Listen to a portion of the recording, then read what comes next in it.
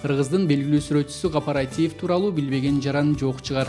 Гапар Айтиев Кыргызстандын алгачкы профессионал сүрөтчүлөрүнүн бири, сүрөт өнөрүндө улуттук стилди калыптандырган.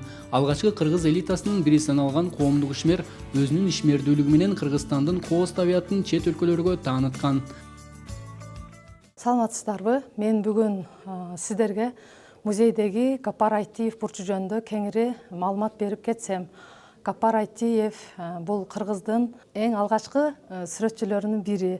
Ал 1912 жылы Ош областынын Кара Суу районуна караштуу Төлөкөн айылында кедей дыйкан үйүндө төрөлгөн. Анын турмуш жолу аябагандай оор өткөн. Сүрөтчүнүн балалык мезгили согуш тушуна туш болгон, 30-жылдарга туш болгон. Анын балалык мезгилдеги өткөргөн күндөрү анын сүрөткө болгон ишкыбоздугун андан бетер арттырган. Ал 1932 жылы Бишкекте пет техникумду бүтүрүп, 34-жылы Жалал-Абадтагы пет техникумда мугалим болуп биринчи эмгек жолун баштаган.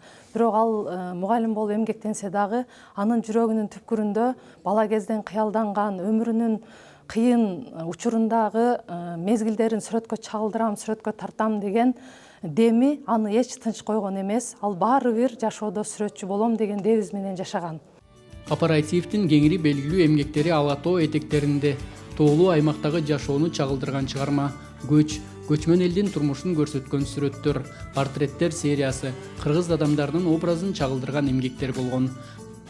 1934 жылдан 38 жылга чейин Москвадагы 1905-тин элесине деген көркөм сүрөт окуу жайына экзамен менен кабыл алынып, 2-курска кабыл алынат дагы. Ал жерде 3 жылдык сүрөтчүлүк окуу жайын бүтүрүп келген. Ал жерде ал Петрович менен Крымовдун билим алган.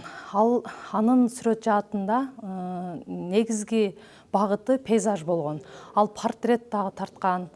Ал өзүн скульптурада дагы сынаган. Негизинен ал ошол Москвада окуп жүргөн мезгилинде Петровдун жана Крымовдун түстөр менен түстөрдүн айкалышы, кыргыздардын мындай жайлоосу, жашоо турмушу, талаалары, айылдын абасы, айылдын кечи, айылдын таңы аттуу сүрөттөрүндө ал өзүнүн ошо боектор аркылуу өзүнүн ичиндеги жан дүйнөсүн чагылдырып бере алган.